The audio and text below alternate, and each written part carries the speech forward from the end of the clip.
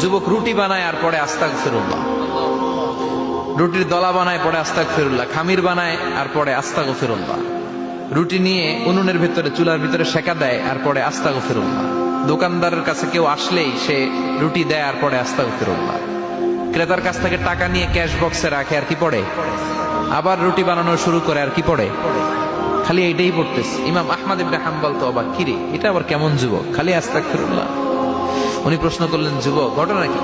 আসার পর থেকেই তোমার দেখতেছি তুমি রুটি বানাও, রুটি বিক্রি করো আর পড়ো আস্তাগফিরুল্লাহ, মালাকা ইয়া শাবাব।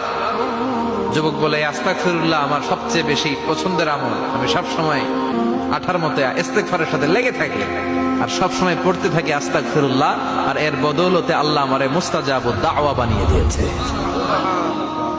আহমদ ইবনে হাম্বল তো অবাক, আনতা মুস্তাজাবুদ দাওয়া, তুমি মুস্তাজাবুদ দাওয়া, রুটিওয়ালা।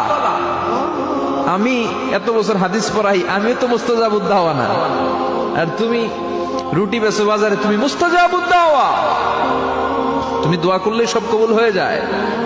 যুবক বলে, না আনা মুস্তাজাবুদ দাওয়া, আমি আমার জীবনে যত দোয়া করেছি কবুল করে নিয়েছে কে? সব দোয়া কবুল করে নিয়েছে আল্লাহ, একটা দোয়া ছাড়া। কয়টা? আহমদ ইবনে হাম্বলের কৌতূহল, কিউরিসিটি আরো বেড়ে গেল, কি সব দোয়া কবুল হয়েছে একটা দোয়া ছাড়া? মাযালিকা দোয়া ইয়া শাব, কি সেই দোয়া?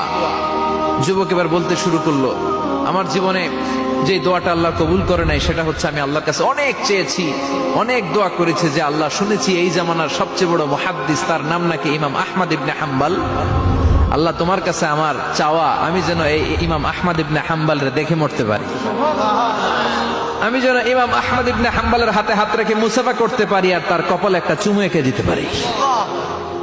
আহমদ ইবনে হাম্বল আবেগপ্রবণ হয়ে গেলেন, চোখের পানি ছেড়ে দিলেন, বললেন, যুবক তোমার এই দোয়াটাও কবুল হয়ে গিয়েছে। আহমদ ইবনে হাম্বলের দেখা সাক্ষাৎ পাওয়ার জন্য আহমদ ইবনে হাম্বলের বাড়িতে তোমার যাওয়ার দরকার নাই, আহমদ ইবনে হাম্বল তোমার দরবারে ছুটে এসেছে। আনা আহমদ ইবনে হাম্বল মুহাদ্দিসুদ দাহর, আমি নিজেই আহমদ ইবনে হাম্বল। যুবক চোখের পানি ছেড়ে দেয়, আহমদ ইবনে হাম্বল চোখের পানি ছেড়ে দেয়। যুবক চিৎকার মেরে ইমাম আহমদ ইবনে হাম্বলকে জড়িয়ে ধরে, হাতে হাত রেখে মুসাফা করে, কপালের মধ্যে চুমু খায় আর আল্লাহর শুকরিয়া করে বলে, ও ইমাম, আসলে এই দোয়াটাও আল্লাহ আজকে কবুল করে নিল।